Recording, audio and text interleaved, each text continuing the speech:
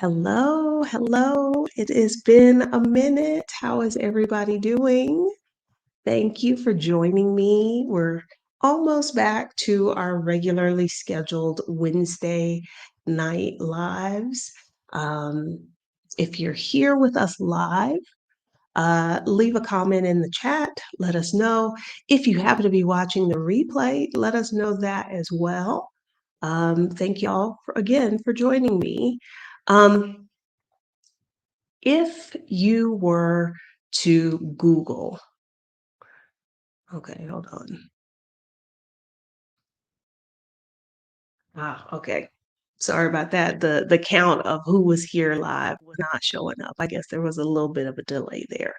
Um, but what I was going to say was if you were to Google Black Americans moving abroad, um, I would bet that you'd probably get results that were pretty much the usual suspects: Mexico, Portugal, Panama.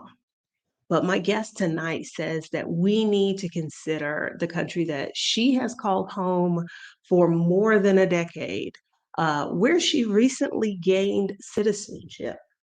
But before we jump into that, what I expect to be an absolutely fabulous conversation, I want to take a minute and introduce myself in case there are new people here. Welcome to the Picky Girl Nation. I guess we're going to call me the Picky Girl in Chief. My name is Adelia Borishade. I am a financial educator. I am co-host of Reclaim the Retreat. About 9 years ago, give or take a couple of months, I got really picky about how I was spending my time and how I was living my life. And so as a result, I made a lot of really big changes. And here I am, all these years later, living and thriving in Mexico City and doing work that I love, helping Black women live life on their terms. On this channel, I talk all about the life I am living, and the work I do empowering women to take control of their finances and their future. So if that sounds like your kind of a party, you are in the right place. Please be sure to subscribe so YouTube knows to keep sending my videos to your feed. Now, those of you that are already a part of the Picky Girl Nation, you probably are shocked to even see me here live tonight because it has been a minute. Um, I just wrapped up my artist residency in Oaxaca, Mexico over the weekend. And then as soon as I got back to Mexico City, I had to pack up my apartment. And yesterday I moved in. So these are my new digs. So needless to say, there has been a lot going on. I was gonna say we're gonna get back to our regular schedule, but actually, I fly out Sunday because we are hosting another Reclaim the Retreat in El Salvador. So I barely am gonna get a chance to unpack before I have to repack and jet. So we won't have a live next Wednesday, but maybe we'll do it on Tuesday. And then hopefully we'll get back to our regular scheduled Wednesday night lives. But enough about me, all of that. Let me bring my guest on tonight, who I think I saw somewhere she was referred to as Jamaica's unofficial ambassador. And I think that's very apt. Misti Memphis, if you've been on Facebook in any of the groups, Aline mentions she's been following your Facebook group for a few months. You know her, and you know calling her the unofficial ambassador of Jamaica is absolutely correct. Thank you so much for being here. Thank you. Before we get started, I didn't know a lot about you. So let me say from that introduction, I am impressed, little sis. Very impressed. Thank you. Thank you. Thank you. Um, okay. I was trying to think like where to start because there is so much. But um, I'll start here because this is kind of the thing that really made me want to talk to you and get you to be on the channel. You have been living in Jamaica for like about 13 years or Yeah, so. 15. 15. Mhm. Okay. Um, as a retired teacher, and you have said multiple places, I've seen you say this, that you feel like Jamaica gets overlooked as a destination for Black expats, immigrants. And I want to hear from your mouth why you feel that way. Oh, Jamaica gets overlooked because people believe what they hear. Like right now, we have this travel warning that the United States of America issued to this country. That was sort of in retaliation for a political. I forget exactly what conference they were in, and Jamaica didn't exactly vote the way they wanted them to vote. And then I don't know if any of you have seen the incident of the dentist from Vegas who wilded out at our airport, something awful. And they took her to a medical facility rather than jail. And now the warning has a medical facility warning. You're not going to get the care that you need in that country if something happens to you over one person, right? So between the press about the crime rate here, lack of health care, and just the fact that I really believe, and this is sort of a good thing when it comes to Black people now, we have so many options. The world is open to us, whereas it used to be closed. And I think that the Bahamas and Jamaica, people feel like that's old hat. I'm going somewhere different. I'm gonna go to Ecuador. I'm gonna go to China. I'm gonna go to Dubai. They're settling all over Portugal, all over the place, Spain, France, in you name it. So Jamaica is kind of, that's where you go to vacation, but not to live. But I live in a dream. I live in a vacation, and I absolutely love it. And that right there, I live in Mexico. I live in Mexico City, so I empathize. I am familiar with living in a place and having a great quality of life. But then there are all of these people that are like, oh, it's so dangerous. There's a travel advisory. Why would you want to live there? Aren't they all coming here? Like I've heard it all. But both you and I sitting here are examples that for us, you know, the stuff that you hear doesn't necessarily reflect our reality. Hmm.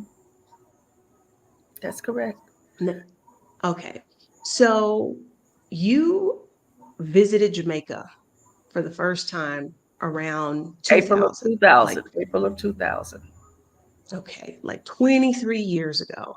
And tell me if I'm wrong here, but it seems like it's been a love affair from that moment. That's correct. That's correct. Okay. So my question is, what is it about that? Is it about Jamaica, or was it something magical that happened on that particular visit that sparked that connection for you?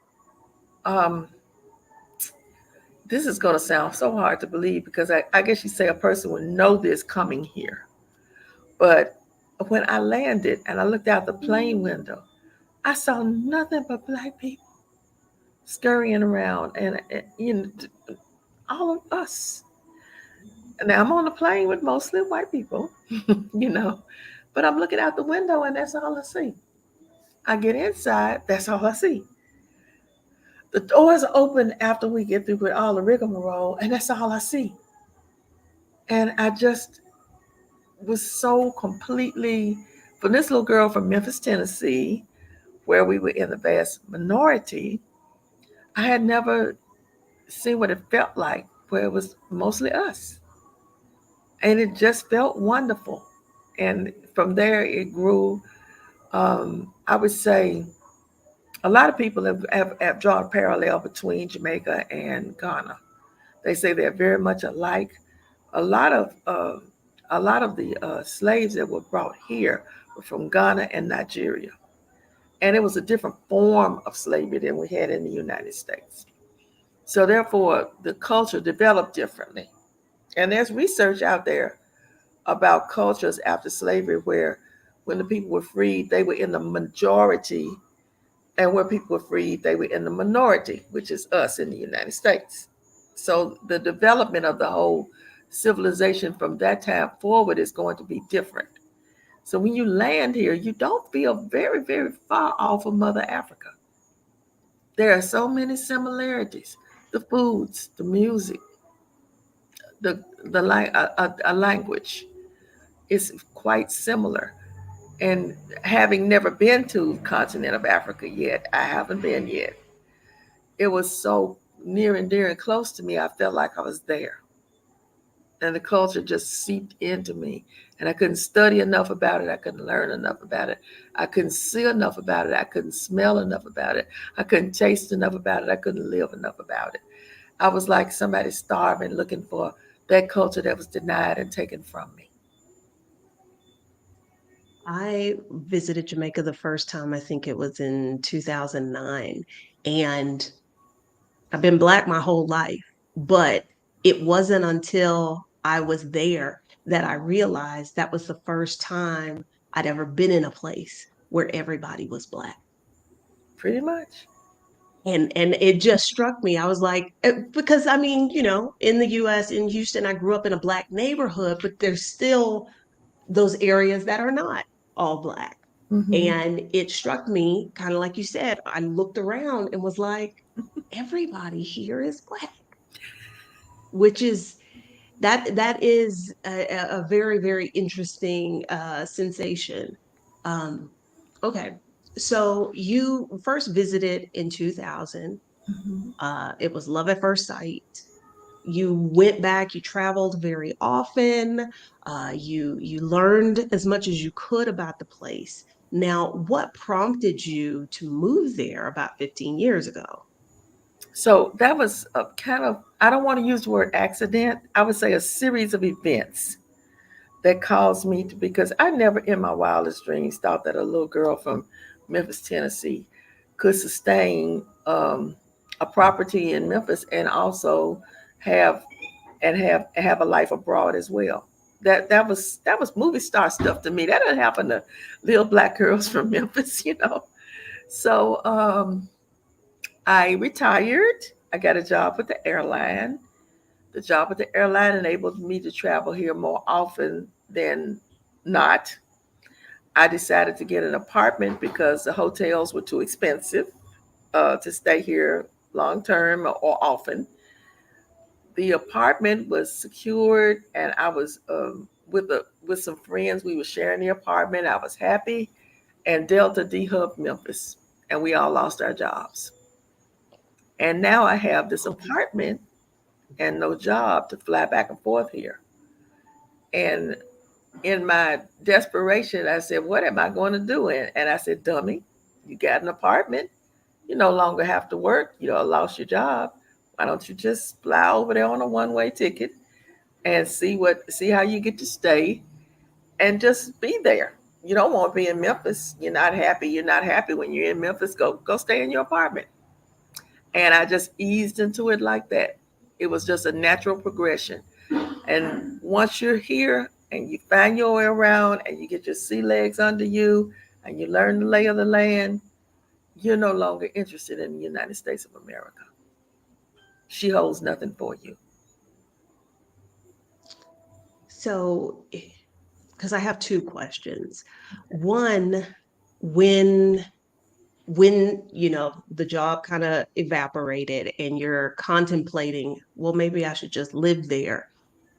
Did your age concern you at all? No, because I think they call these the golden years, and this is supposed to be when you have worked and earned this money to do what you want to do. and I felt like I deserved this. So my age just no. It's a matter of, do I do this in Memphis or do I do it in Jamaica?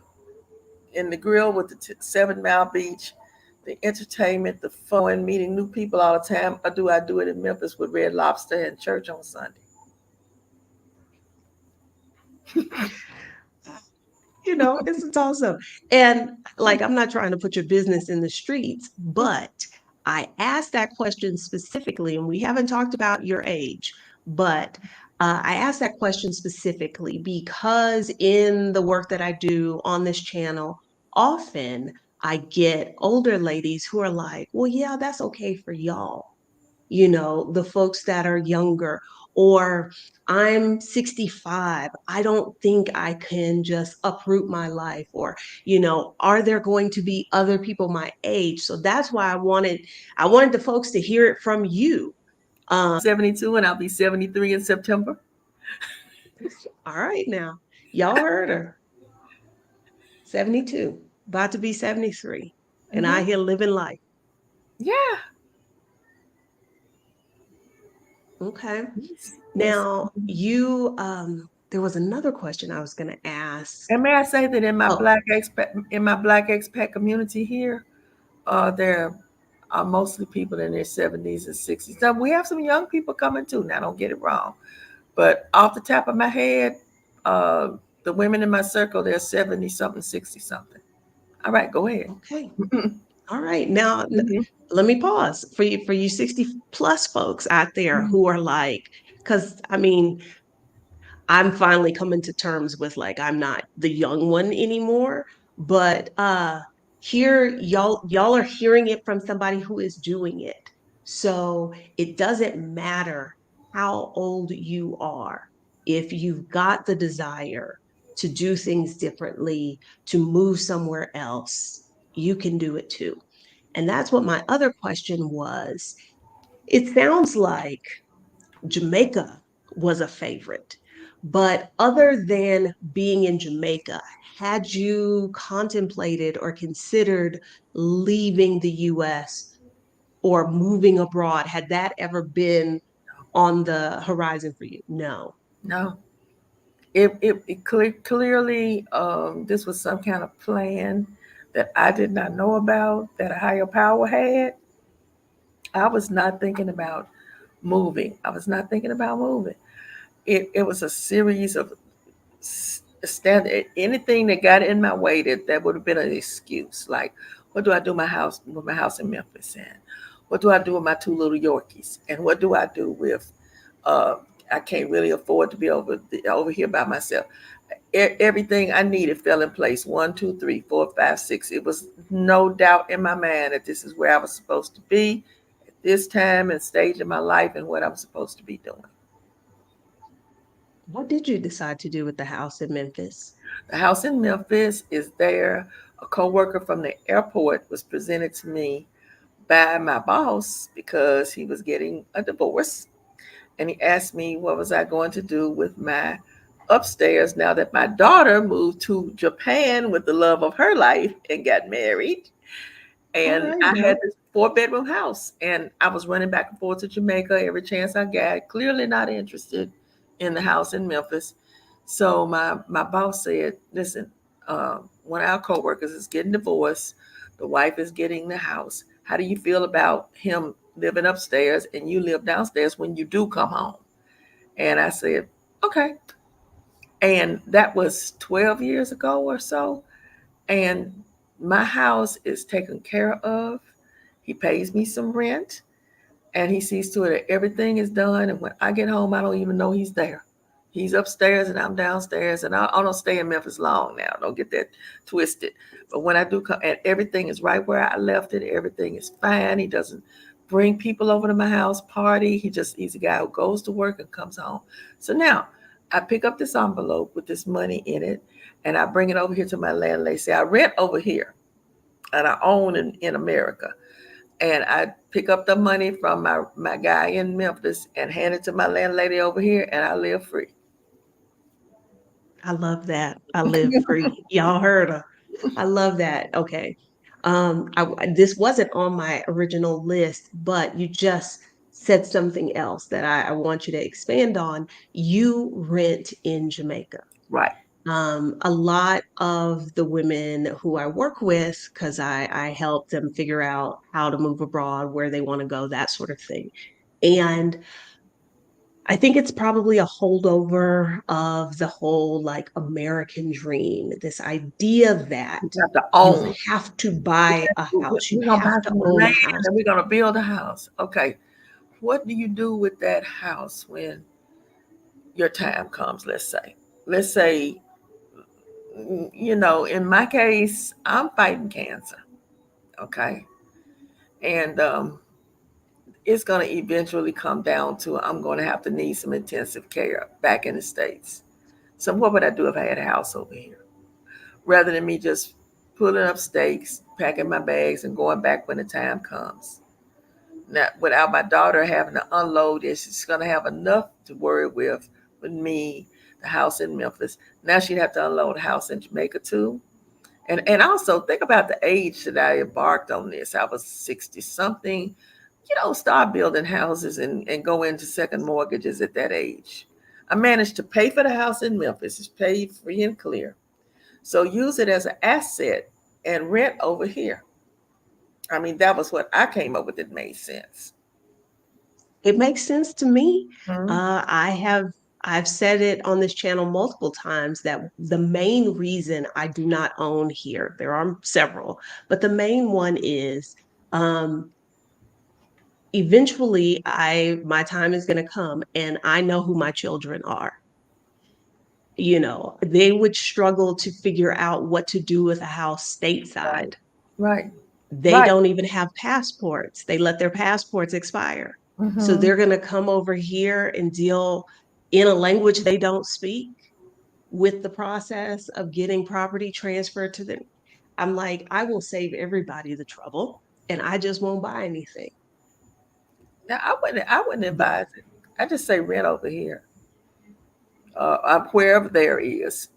Just Yeah. rent. Just find someplace Well, nice. no, I didn't know your answer, but I Mm-hmm. wanted them to hear it from you, Mm-hmm. somebody who is their age, who is doing the thing that you don't have to buy uh, in whatever the new place you live. It's And not I necessary. do not live. I want to throw this in. I do not live in a gated community with hardwood floors and stainless steel appliances and shiplap tile and all the walls painted gray and a security guard and all of that. Okay, I live in a Jamaican neighborhood. My neighbor on that side is Jamaican. My neighbor on that side is Jamaican. The neighbor behind me is Jamaican.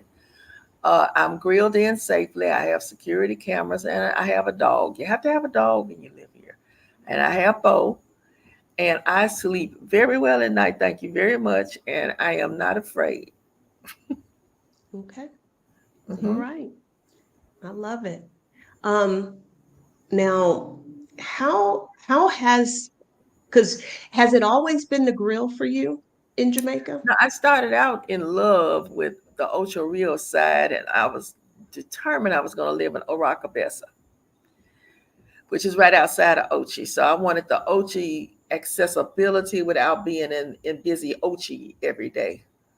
But from visiting the grill with friends and staying in hotels here on the 7 Mile Beach, it just wormed its way into my heart. And eventually, this is where I settled instead of the other side of the island like I thought I was going to.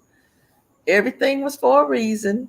I didn't know the reason, but it has presented itself now that I have found that my mission and my reason for being here is to represent for Negril Jamaica, to represent for Jamaican owned and operated businesses, and to represent for to help Black Americans realize that they should move, they can move, and I will be here on this side to help you. I will go to Pico with you. I'll help you fill out your paperwork to do your permanent residency. I will get in the car and go with you and hold your hand if you're scared. Because I need playmates and I'm trying to build my own community. Right now, I got about 10. I think my count is 10 people that, in addition to the ones that were already here. So maybe together we're about maybe 50, um, maybe 50 of us. But I want you to know the Black Americans who live here, we're killing it over here. We're doing well. We are thriving. We own hotels, we own villas, we own franchise businesses. The Black Americans who are here are doing very well in the Grill Jamaica. One of the things you just said is that they can move abroad and they should move abroad. Why do you think they should? Why do you think Black Americans should? I know you can't empty out a whole country, and that doesn't almost make sense. Everybody to just flee because we do have investments there, and our ancestors paid dues for us to be there and to live well. However, America is very traumatizing, and you don't really realize it until you get away from it. You ever wonder why you love that vacation so much and why you cry when you get back go back home? It's not just because you had a great vacation. You know what you're going back to. Your gut, your psyche, your inside knows. Maybe you don't want to admit it because it's your life and you have to live it. But you don't have to live it in that location. Not all of it. Um, One thing I say that people could toy with, an idea you could toy with, is what white people have been doing for centuries. They do what they call wintering, snowbirding. Uh, just come and say spend the 6 months of winter in America, here in beautiful Jamaica, and then when winter is over and you have summer, spring back home, go back and take care of your American side. Just try it for 6 months or 4 or 5 months or 3 months. Try it out for a while and you're going to end up like me. Going to end up hooked. Now, you mentioned, the work that you're doing, helping Black Americans move to Jamaica, Hmm. um, promoting uh, your adopted home, Negril, Jamaica, and promoting Jamaican owned and operated businesses. Now, you are running three different Facebook communities, which two of which are linked in the description below. I'll add the third one. Okay. Um, what? Well, we'll start with Black expats Okay. of Negril, which with has the tagline "Emancipate Yourself," which I love. Yes. Um, what prompted you? Because you're supposed to be retired. You're supposed to just be chilling and enjoying yourself. What prompted you to create that Facebook group? I was on the beach actually, listening to a friend talk, and she was just chattering on and on about nothing. And my mind was over here while she was talking over here. And I don't know where the thought came from, but the thought just came from, um, that people think that the grill is just for partying and fun. And I was just sitting on the beach thinking, my family had come from Japan. My daughter and my son in law and my children were playing nearby. And I think I was probably the happiest I've ever been in life, just at that moment. And I thought, I'm so happy. I think I should share this with other people. And I wonder why they never took the grill seriously. And I said, well, maybe nobody ever pitched the idea to them that the grill was more than a party vacation spot. I'm going to have to say this: the other expats who live here are extremely private, to the point where you wonder if they're in the witness protection program. They don't want anybody to know they're here. They don't want to be on the group. They don't want their picture on the internet. They don't want to talk to anybody. And I'm the polar opposite. I'm the complete opposite. I overshare, as my cousin in Vegas said. Oh, she overshares.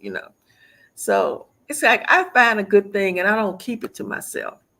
So I just said, what if somebody were to advocate for the grill as a spot because there's where is that? Mata, Ecuador. There's this group in Mata, Ecuador. And man, they're out there on the internet all the time, having their little parties, going to lunch and having tea and going there. And they're always doing something and they make it look so inviting. But my little bunch, you can't even get them together. So I said, you know what? It's time for some new blood. It's time for some new people. And I'm gonna make it happen. And boop, I push that button, the one that says make form group or whatever. Everybody has make group or whatever. And I was off to the races right there on the beach. And the girl was still talking. And I was just pushing buttons and starting my group. And I'm sitting at 2,200 now. I wish it was more. I would love for everybody to join. It's called Black Expats in the Grill.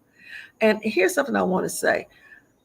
Even if you don't choose the grill, but say you choose somewhere in Jamaica, or even if you don't choose Jamaica, you choose somewhere in the world. Expatting is pretty much a pattern.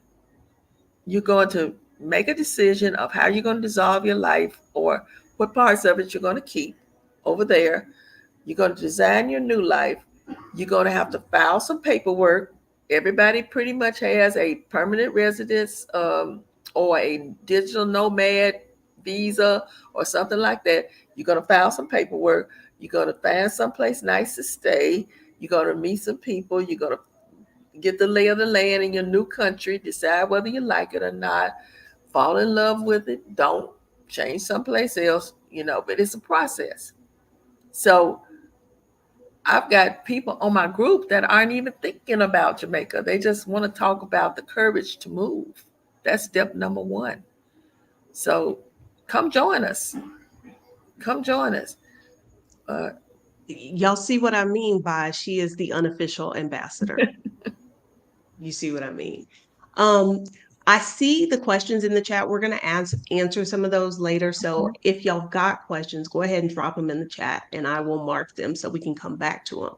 Okay, so here you are, supposed to be retired, but you've decided we need to get some new blood up in here. You create one Facebook group, but then that leads to a second Facebook group, Capital of Casual, Negril, Jamaica. okay, Capital of Casual in the Grill Jamaica's purpose is, and you could spend your vacation dollars a lot of places in this world. I want you to come to Jamaica. And once you choose Jamaica, I want you to not stay in Montego Bay or Kingston where you landed.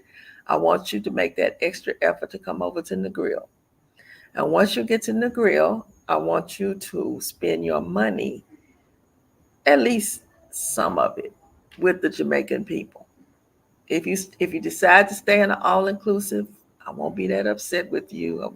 I wish you had chosen a Jamaican owned and operated hotel, but if you didn't and you stay in the all inclusive, come out of the AI and hang out at Colette's or Sandra's or Connie's or go to Erica's for dinner, which was the first restaurant founded in the grill back when the hippies first started coming here.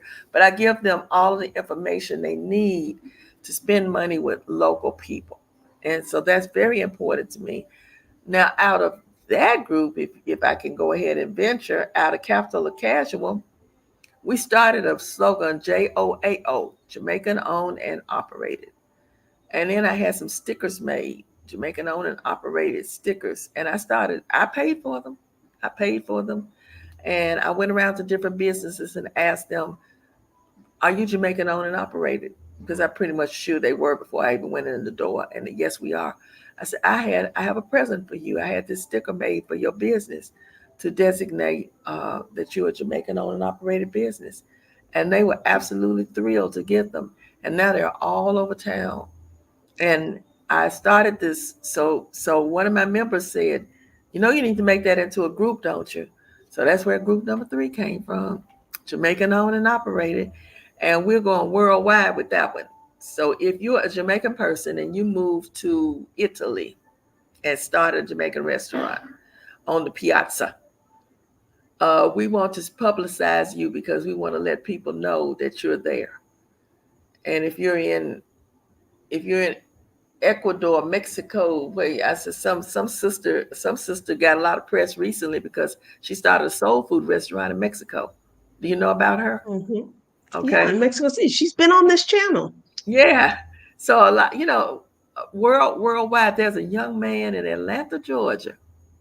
He does countertops and floors. Oh my goodness, I wish you could see them. It's made out of concrete, but for the world, it looks like marble. Whatever it is he does to it, I don't know, but it's called We Do More. We do MOOR, and I'm so proud of him. I don't know what to do. He's from Jamaica, and he's in Atlanta, killing it. We got a chef from Jamaica that works at two of the top hotels in Atlanta. Turns out all this beautiful food. We publicize him. If you're Jamaican, we are proud of you, and we're advertising you worldwide. So there's the three groups: capital or casual and the Grill Jamaica. It's tourism. Black expats in the Grill is to lure Black people to Jamaica to settle, hopefully in the Grill. And Jamaica owned and operated is Jamaican business worldwide. Let's support them. Let's uplift them. Let's cheerlead them. Let's give them a platform to sport their wares. This is the kind of energy. Now, I'm not saying folks need to go out here and do all of this. Yeah, Misty is doing this because she wants to. Like right. this is it's bringing you joy, you enjoy it. But this is the energy when we move to another country. We need to come with that kind of energy about like, embracing our new homeland, promoting Mm-hmm. it positively, giving opportunities where we can to the folks that are there.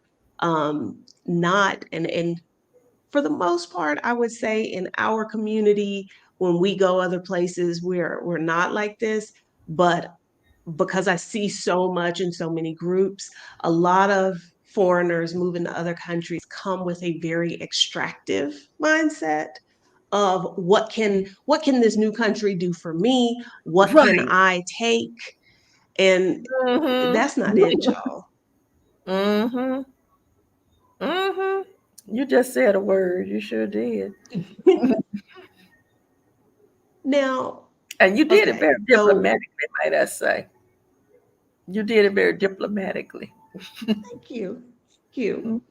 Mm. Um, okay, so this is a 23-year love affair. Now, I'm curious. I don't know if anybody else is, but I'm curious how Jamaica has changed, or what are some of the differences that you're seeing, like from when you first started visiting, or Wow. even when you first moved there versus what it's like now? Well, let's see. I'm going to give you one big blaring one. When I first moved here, the internet was just coming, just coming. People didn't have laptops. Um, we didn't have cell phones. Our cell phones were just coming on the horizon. So technology has changed Jamaica a lot. Um, a lot of Jamaican businesses are just now getting to learn how to use Facebook, Instagram, TikTok to promote their businesses. They were leery of it at first. I mean, literally leery. Want anything to do with it. Now they are mastering how to use it. And I have certain businesses here in the Grill. Mostly women run. They wear that internet out and they use it to their advantage, and they are masters. You would think that these women had gone to university and gotten a degree in PR and advertising and business management, and they are not. They're just high school graduates mostly, and they are absolutely brilliant, and they are using this marketing, baby. They are wearing it out, and that is the biggest thing, the biggest glaring difference that I have seen. They use it. They know how to market. It's something instinctively in them. It's coming out. They're using the internet as a tool, and I really truly have loved that. Okay. We have a few questions here that kind of revolve around residency and visa. So Sure. let's talk about that for a little bit. Sure. Now, you mentioned earlier that when you initially sort of moved there almost by accident, um, you you did not have residency at that time. It Right. was you were just going to use, I guess, what we would call a tourist visa. Now, when did you decide I need to like regularize my status here? I need to apply for residency.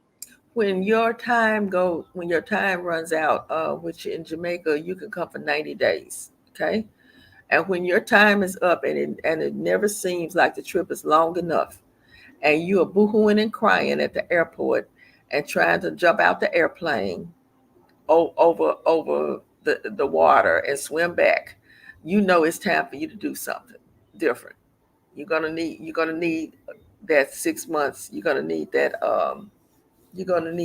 permanent residency. Okay, so you're gonna come back with certain documents. Basically, the easiest way to explain it is you're going to show that you're financially viable and can take care of yourself, and that you're a good person because you bring a police record. You're going to have a police record with you because they don't need to import any criminals. They got their own. Okay. And so you're a good person, and that you have good intentions, and that you have a good background, and you're financially stable. All of those documents link to that.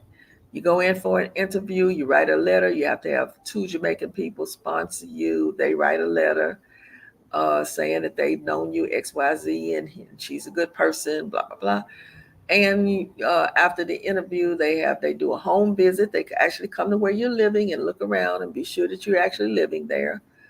And then you just kind of wait. And from start to finish, my process was 4 months. And after that, nobody's counting your days anymore. You can fly in and out of here on one-way tickets.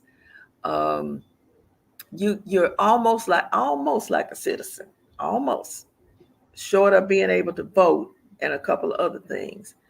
It's a very freeing and liberating thing. So that's the way to go. Okay, and that particular visa that you got, that was just permanent residency. That wasn't necessarily because you were retired. Yes, I got mine on retirement. Now Okay. the other way that you can get it is if you're going to start a business here, you can get it now. If you work here more than 3 years, like your employer sponsors you, and you work more than 3 years, then you can get a permanent residency that way also. It's very interesting to hear the requirements because I think I'm gonna try to be diplomatic here.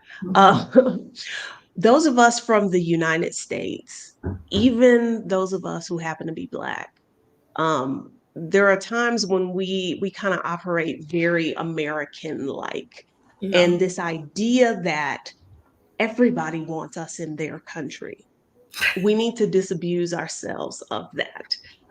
As you mentioned, they don't want to import criminals. Like everybody who is taking immigrants, they want the best to come.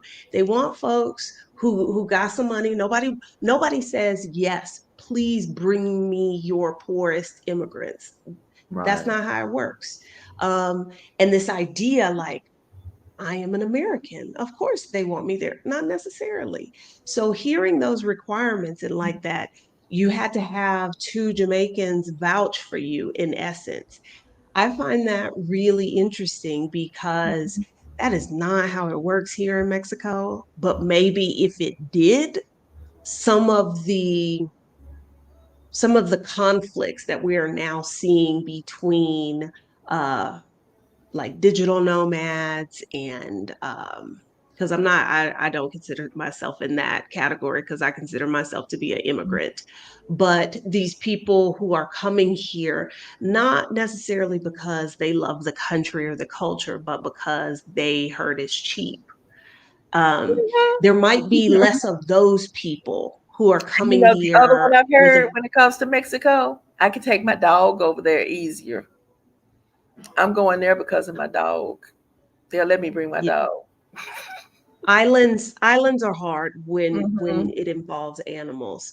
Hmm. But like people, you show you have the money, and Mexico's like, here's your paperwork. But Hmm. if I think that's really interesting, if they required there to be some kind of connection, either that might weird out what's the word I'm looking for? Like fade out some of the riffraff, or Hmm. maybe it they would self-select themselves out. So that's very interesting to me. Now you mentioned about being sponsored. We did have a question about like jobs and industries. Um, Okay. I assume the question is if you are a foreigner and you would like to work in Jamaica, what are Okay. some of So the options? we're gonna talk honestly about jobs in here. There are very few top paying jobs. And most of those are going to go, say for example, this new hotel they're building up the way from me, the Princess, is Spanish owned and operated. It's going to have some good salaried positions, but they're going to give those to Spaniards mostly. They might let one or two Jamaicans in the hierarchy. The rest of the jobs are pitiable salaries. I mean, pathetic salaries. Not even worth mentioning. Professionals here, even like your doctors, lawyers, teachers, don't make a lot of money. Okay. And it's very hard for a American coming in to get a job here. Now, here are some of the ways that you can get a job here. For example, General Motors. Now, that's one that comes to my mind. Their whole accounting department is here. So if you were working for General Motors, there's a possibility that you could request to be transferred here. They probably are not going to still give you that high salary that you make in America, but they might because it's the same corporation, right? But the whole point of moving parts of a company overseas is because of cheap labor, okay? But once again, we're talking about the higher salaried positions, okay? I know a guy who lives here. He's somehow involved with car sales. And when I tell you this man makes money, uh, I don't even know how to describe it. Well, let me try this. He has his own private plane, and he has a house in Maryland, a house in Florida, and a fabulous home here. And the reason he bought the house in Florida was because it had a hangar for his private plane. So I'm not going to tell you that everybody is rock bottom salaries here, but I know a young lady who works remotely for Johnson and Johnson, and she bought three condos at the aqueducts, one to live in and two to Airbnb. But those are the people who work for the American companies that have an interest here who were able to get transferred here. Okay, that's very few and far between. Okay. I have an expat right now who is State Department connected, and she asked to be transferred to the U.S. State Department here, and she will get to live in Kingston, and they will give her a housing allowance, but she's taking a serious salary cut. Okay, the better way to do it, I think, is if you could get some investment property in the United States, like this. Now, my house, we already know that my house rent is sustaining my rent over here. But what if you had a couple of other houses, just a couple of other nice little apartment buildings? Um, One of my expats that's left for Florida today, she owns three brownstones in New York. One she lives in, the other two she rents out. She lives here on the beach for 6 months, and then does a month in Africa and then goes back to New York. So some people are That's how doing to this. do it. They're doing this thing, you see. So your Yeah. your I think investments in the US could fund your life over here and you wouldn't have to work at all. You wouldn't be I retired per think se, but I think I get this question kind of often, and I think it is again a lot of us working in the US mindset. Like that's what you do. You when you move to a place, you buy a house, you get a job.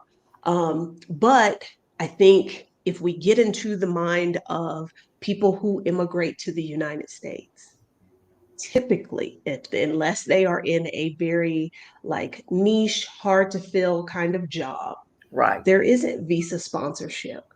This is why so many immigrants open convenience stores, they drive taxis, they do things that are entrepreneurial.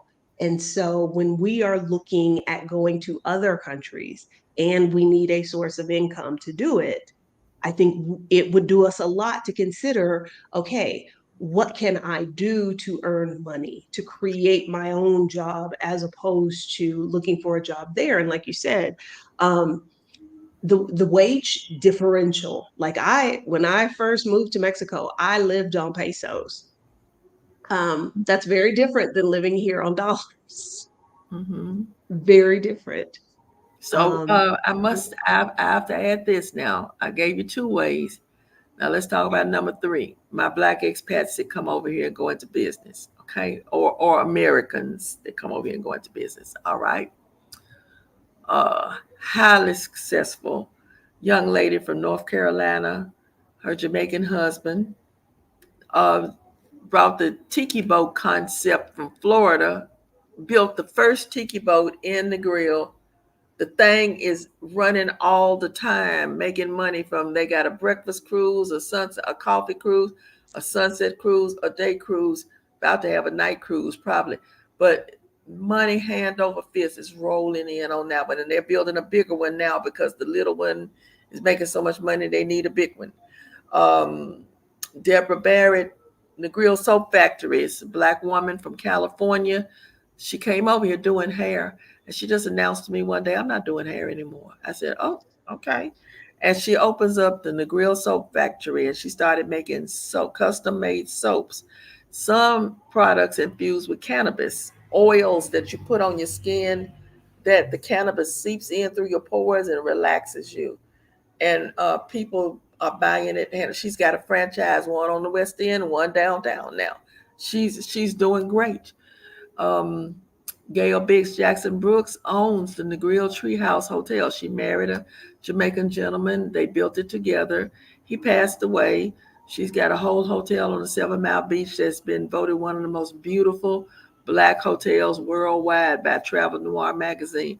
Jackie Lewis of Jackie's on the Reef out of New York City, Zen Buddhist, Zen massage, what you call that stuff? Yoga place. Yeah. So fabulous. Oprah Winfrey went to it. Um, Dodie Washington and her husband out of Atlanta, Georgia, took an old raggedy villa and turned it into a fabulous villa with Italian marble tile and outdoor kitchens and stuff. And they had to go back to Atlanta because their villa stays rented all the time. So there are ways to do this. Let me tell you this: I'm on the road. I have a girlfriend that's in real estate, and there's a house here, 8 bedrooms, 8 bedrooms. It's 3/4 of the way finished. It needs to be finished, and it's only $150,000. You can't get a house for $150,000. An 8 bedroom house. Buy the house, finish it, build yourself a 1 bedroom bungalow with all your little bells and whistles on the property. Airbnb the house out. There y'all are see ways Misty to up in do here this. with these receipts. Like, so nobody should watch this video and be like, well, that must be nice. It's not possible for me. She has given the receipt. She has shown so many different ways that if this is the life you want, you could be living it.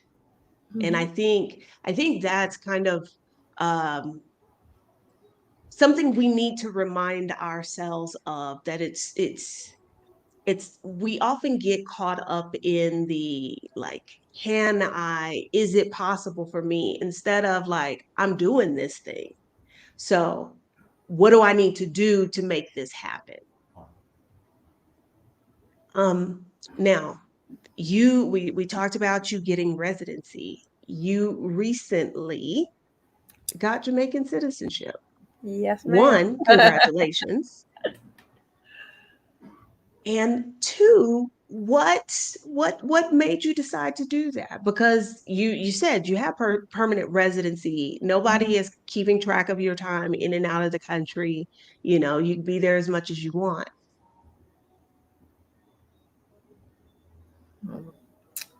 Well, one thing I tell people is Jamaica and I have dated. We've been engaged for a long time. It was time for us to get married. It was the finishing of going as far as I can go with this country to really make it mine. Because this is where my heart and soul is. I never felt like America wanted me, us. I just haven't ever felt that way. And this country gave me a fresh start. It gave me a fresh life. It gave me happiness. It made me feel. Um, Yesterday, we have some bad weather recently, and I was just taking pictures of the big waves in the ocean, and I was leaning up against the wall, and I have this on video, and a car drove by, and a young man says, "Are you all right?" And I was so glad because people ask me that probably 2 to 3 times a day. Somebody's going to ask you, "Are you okay? You all right?" And they don't want anything from you. They don't want anything. They're not trying to roll you for anything. They're not trying to beg anything from you. They're just genuinely concerned. "You okay? You okay?" And I said, "Yeah, baby, I'm all right." And he said, "Okay." I kept on driving. And I got that on video. That's the difference to me between Jamaica and the United States of America. Nobody over there has ever asked me if I'm all right or gave a damn or really cared. And I get asked it several times a day over here. "You okay? You all right?" And so I wanted to be a citizen here because people still speak to each other here. They still look you in the eye. If I go walking in the morning, I go walking every, okay, 72 years old, walk 4 or 5 miles every morning. Okay. When I go walking in the morning, everybody speaks. People still speak to each other. They act like we used to act back in the 60s in America. When the black is beautiful thing came along, say it loud, "I'm black and I'm proud," brother this, sister that. People here act like that. You're not invisible. You're not invisible. I felt invisible in America. Here I'm recognized, I'm seen, I'm acknowledged. And I wanted to be part of that. So I got my citizenship. This is And my country. what was that process like? It was long and arduous by waiting because COVID interfered with 2 years of it. Normally, it would not have taken that long, but you have to be a permanent resident for 5 years before you can even apply for citizenship. I think that's sort of like an auditioning period. Let's see if you can act good for 5 years, and then we'll think about taking you in. And after that 5 years, you apply. It took me 9 years altogether to get my citizenship. And the day I got it at the Pegasus Hotel on December the 4th, I cried. I was so happy. And 33 other people got theirs that day with me. Some by marriage, some by descent, and only two of us by naturalization. Naturalization is a tough one, to be naturalized here. You have no ties to the country. You just coming out the clear blue sky. Yeah, they're gonna put you through the ringer. Can you speak to like what some of that is that makes it that much more difficult? Um, it, it really wasn't so bad. Once again, you do have a home visit. Once again, you do have a long interview. Once again, So you have they checking up on oh you to yeah, make sure. This is very interesting because this once is not again how it you works in Mexico. once again you do have to present certain documents, fill out certain forms. The fee is half of what it costs to become a permanent resident. It's a lot more affordable. I think the funniest part of it was that you had to put an article in the newspaper 2 weeks in a row stating that you were applying to be a resident. And in that article, there was a codicil at the bottom that said, if you know any reason why Misty Memphis, because it was my real name, Marilyn Williams, why Marilyn Williams should not be a citizen of this country, write this address and tell us about her. Oh, And so wow. if you got, which I do have a lot of haters now, I got a lot of haters. So if you got some haters, you better pray they don't see that article because they're gonna write in on you. But the rest of it was pretty run of the mill. They already had your financials because they got that from the first time. You have to get some passport photos made because you're gonna get a new passport, and that's about it. Wow. Hmm. It is very it's very interesting that because again, they're like, look, if you because once you are a citizen, you are family then. So they're like, look, before we let you in our family, we need to make sure that you know how to act, you've been acting right, you ain't been doing nothing you're not supposed to. Right. Um, that is really interesting. Mary says that you're talking about community, and this was a thought that I had as well as I was hearing you speak about the interactions that you have there. I think it's important for anybody. I'm not talking about like the folks who are here every week with me, but let's say this video has found somebody new and maybe you're toying with the idea of living abroad. That's one of the things that is one of the reasons I left the United States because American individualism is the opposite. It's the antithesis of this community. And as humans, like that's what we are. We seek community. That I saw a thing on Instagram where they were talking about like we're trying to do all these things alone that for hundreds and thousands of years everybody has done together in community. Hmm. So if you're trying to decide should you leave the United States, just know there are places where people care about each other, where it's not just about the individual and them getting theirs and bump whoever else, gets in the way.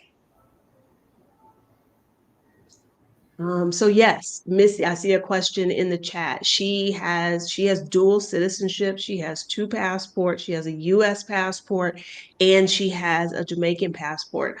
A question I see a lot because a lot of folks get confused about citizenship and residency and they assume, oh, to get residency or citizenship somewhere else, you have to give up your No, US no, citizenship. no. In certain, there are certain countries, and I don't know one to give you an example off the top of my head, but there are certain countries that would not have a dual citizenship agreement with America, but Jamaica does. And basically, you'll love this part. You're not dual taxed. For example, if you earn income in America, you're taxed in America. Jamaica doesn't try to fool with your American income. And if you start earning money here, which I have carefully not done, when you start earning money here, you have to deal with the Jamaican tax person, right? Now, about that citizenship, you're going to find this fascinating if, in case you didn't know. The only way you lose your American citizenship is if you go to an American embassy, request to relinquish your Jamaican American citizenship, fill out a form. You ready for this part? Pay Uncle Sam $2,700 I think to it's more un than that now. yeah, to un-American you and hope that they approve it, and then you're un-American. But here's about un-Americaning yourself. You just gave up your Social Security. You just gave up your Medicare, Medicaid. Anything else you might be advanced. Now, I don't know about your private retirement money. I wouldn't think they could touch that, money that you got from your private employer, but you giving up that Social Security that you paid into all these years. So I don't think it's very smart. Now, if you get over here and you get such a lucrative business that you don't want to be involved with taxes in America anymore, so you want to give that up. See, this is dollars and cents, okay? So you killing it over here, and you don't want to pay taxes in the U.S. anymore. You through with all of that, and you're sure that this income over here is gonna stay steady, and you're gonna keep making this grand theft money. Then I could see you making that move. Oh, the other reason you would do it is, if whatever your reason may be, you decide you want to run for political office over here, you have to relinquish your American citizenship. You can't hold an Okay. elected office in Jamaica if you're an American citizen. And I know somebody who Okay. did that. He was born in Florida. Actually, we had a prime minister who was born, Edward Siaga. He was born in the United States. And he had to relinquish his citizenship in order to run for prime minister. And he won. And he was American. I mean, I can't imagine, even though I think it is possible. Like, I don't think we have any laws against it in US, but I don't think that they would the public or a certain segment of the public would it would sit well with them to have an elected official who has a passport to another country. So, that makes sense to me. That makes sense. Mm. Um, But giving up, Kamala Harris is relinquishing, Jamaican, right? what'd you say? Kamala Harris is Jamaican. Relinquishing US citizenship is expensive, and um, it may have unintended consequences because you are subject to the visa requirements for your new passport country. So people often ask me about Mexican citizenship. There are two issues for me. Mm-hmm. One, unlike most countries, if I were to be naturalized as a Mexican citizen, there would be a limit on how much time I could spend outside the country. Usually it's the other way around. And when you have residency, people want you to be in the country. But once you get citizenship, you can do whatever you want. In Mexico, it's the other way around. I don't Mm-hmm. like that. And then two, Mexicans don't get visa free access to the United States. So I have children and grandchildren there. And if I gotta wait 3 years to get a visa appointment, that they then may deny me a tourist visa, like I can never go back. So Right. I think people need to think really long and hard if that is something they're considering. Did you know, and I'm just learning this in my adult life, that I always had this little girl dream. I don't know why I wanted to live in Canada. I thought Canada I was had so that dream fabulous. once. Do you know that Canadian citizens can only stay out of the country 6 months? Yep. I don't consider that Yep. free. I don't consider that freedom. I think I've Mhm. seen a lot of stuff recently about Canada. Like today, I saw a thing that there are fewer permanent residents applying for citizenship, and they talked to a bunch of them who opted out and went back home. Mhm. There's because of the housing market in certain places, if your house sits Toronto. vacant for 6 months and a day, you Mhm. have to pay a penalty tax. Like there's a lot of things that Canada's doing that people are like, I don't know about this. Mhm. Okay.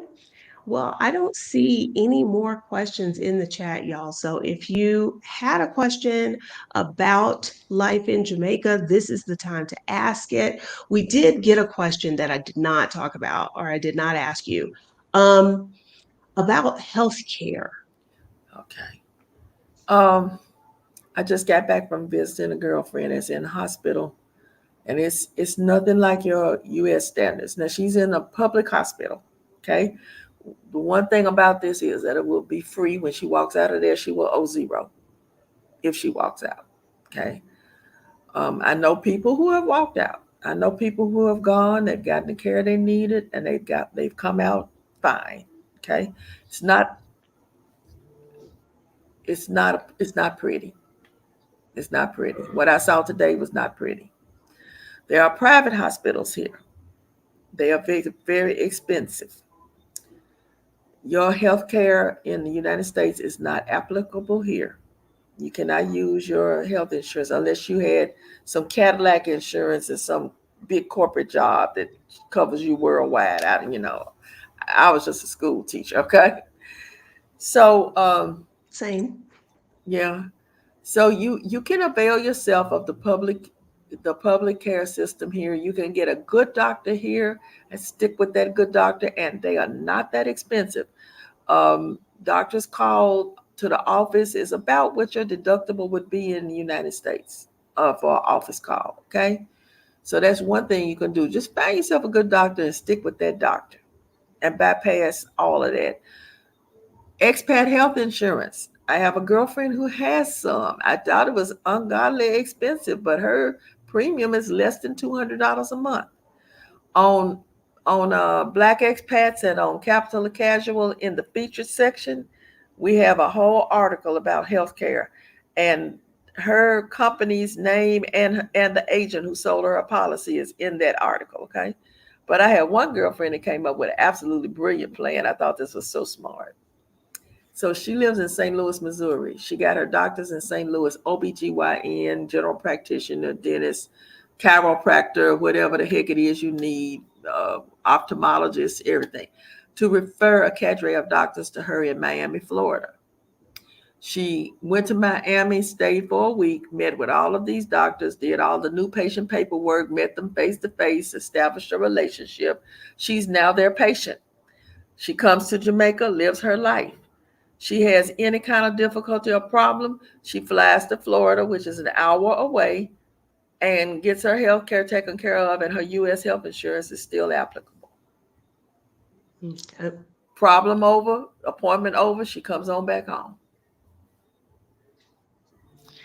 I think people overlook as possible expat destinations places that are fairly close to the US, because like you said earlier, people are like I want to go far, far away, but being the proximity to the US, Okay, so you allows leaving her. you leaving elderly behind, you leaving grandchildren behind, you leaving friends and family behind, property behind that you need to check on, unfinished business, whatever. Jamaica is 2 hours and 45 minutes. You're back in Atlanta. From Atlanta, jumping off to wherever you need to go in the United States. um, I need to ask this question for the 60 plus crew. Did you do Medicare? Yes, Okay. And that's like when you go back to Memphis, yes. you I see go back. doctors and do that I kind of go stuff. back up. Like I told you, I'm fighting cancer, and I right now have to go back twice a year in June and December. Okay. Right now, I'm holding steady, and everything is looking as good as it can look under the circumstances. So I go and he gives me 6 more months, and I come back and I just enjoy my life. Eventually, I'm going to enter a stage where he's going to need me there. And that's what I'm dreading. That's the day I'm dreading. But let's just go back to right now. When I am away from Jamaica for the 5, 6, 7, 8 days I give Memphis and my doctor, I am absolutely miserable. Absolutely miserable. Miserable. I make everybody around me miserable. Because tearing me from Jamaica is like ripping my heart out. It's like ripping my heart out. It's not pretty. So, but yeah, you can Okay. navigate. There are ways to navigate your health care. There there are ways to do. We have excellent doctors here. I have a dentist here. He was trained at Howard University and came back to Jamaica to give his talents back to his people. Best dentist I ever had in my life, ever, anywhere. I can't wait to go to him. People don't like the dentist. I love my dentist. He's fabulous. Somebody made a comment earlier. I think it was Kimmy that said that like regular care is pretty good. It's more of like if you need trauma care that maybe things might be lacking. Mhm. Okay. We have a question about food choices, Mhm. the ability to eat plant-based. Okay. Um, that comes up a lot in my group because of us a lot of vegans want to know there's absolutely we have 148 restaurants in the grill, and absolutely everybody has vegan and vegetarian offerings on their meal on their menus. Some people complain about the lack of variety at their end, but only have one wholly dedicated vegan restaurant, ital, you know, just one. The rest of them, they have whole separate nice little menus. There's another place, Blends and More, that does the fabulous uh, vegan and vegetarian choices. The vegetables and fruits here are so fresh and so wonderful. You will absolutely taste the difference. You will absolutely taste the difference. My roommate, by the way, I have roommates on this side also. I have a roommate in Memphis, and I have roommates who share the expenses of this house. It's a 3 bedroom house, and they only come 4 times a year. The rest of the year, I'm here by myself.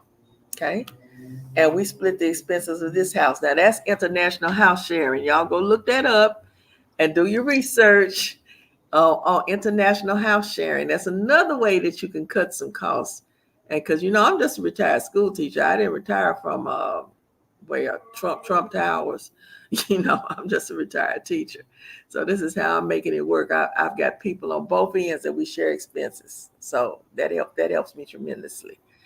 But back to the food.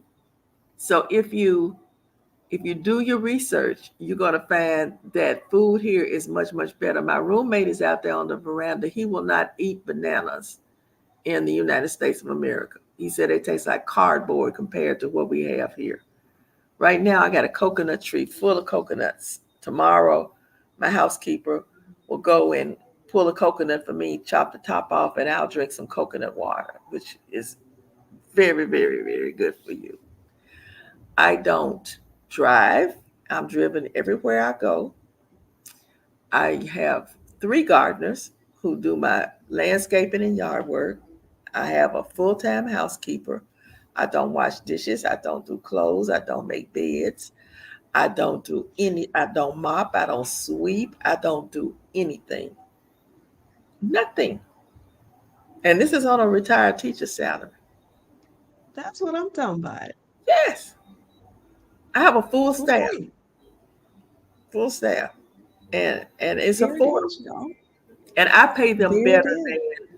I pay them better than a Jamaican person would. Well, because they get them cheap, but I just in good conscience can't do that. So I pay them more. All of everybody that works for me, I pay them more, and it's still cheap. You understand what I'm saying? Yeah.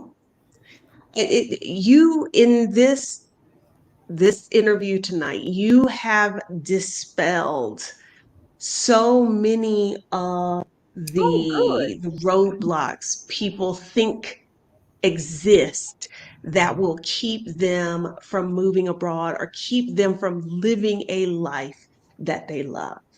Uh, this was not planned, y'all, but thank you for that because I that's kind of like one of my things is that I was a school teacher for 23 years, 35. and uh I would not be living the life that I live now where I'm traveling and doing all that if I was not living outside the US. Like Mhm. my quote unquote retirement would not look like this. um, it just opens up so many possibilities for us. Okay. Well, I'm not going to hold you all night because I am so grateful that we were finally able to do this. I am so appreciative that you carved out time from your busy schedule because like I said, I know you doing everything. You out there being the ambassador. Thank you so much for joining us tonight. To everybody here watching live, thank y'all for coming to kick it with me on a Wednesday. Next Wednesday is the first day of our Galentine's retreat in El Salvador. So I can't go live, but maybe we will go live on I'm so proud of Tuesday. you. Um, yeah, I'm so proud of you. I Go I on, little got sis. back Go on, little sis. Do it. I got back Saturday. I leave Sunday. I come back from El Salvador, and then I got to go to Houston to babysit my grandkids for a week while my daughter goes on a cruise. Oh. So yeah, I would love to be able to stay in my new apartment and just hang out, but that does not look like that's going to be happening for a minute. Um, but so hopefully we will go live, y'all. But once the retreat is over, we can get back to our regular schedule. If you are watching on the replay, let us know in the comments. Thank you so much. If you have not subscribed to the channel, please do that.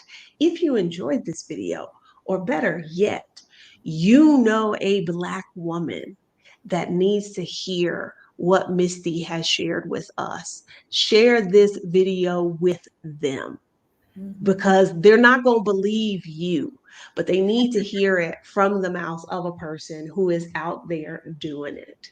Okay. So thank y'all. I will see you sometime next week. Bye, guys.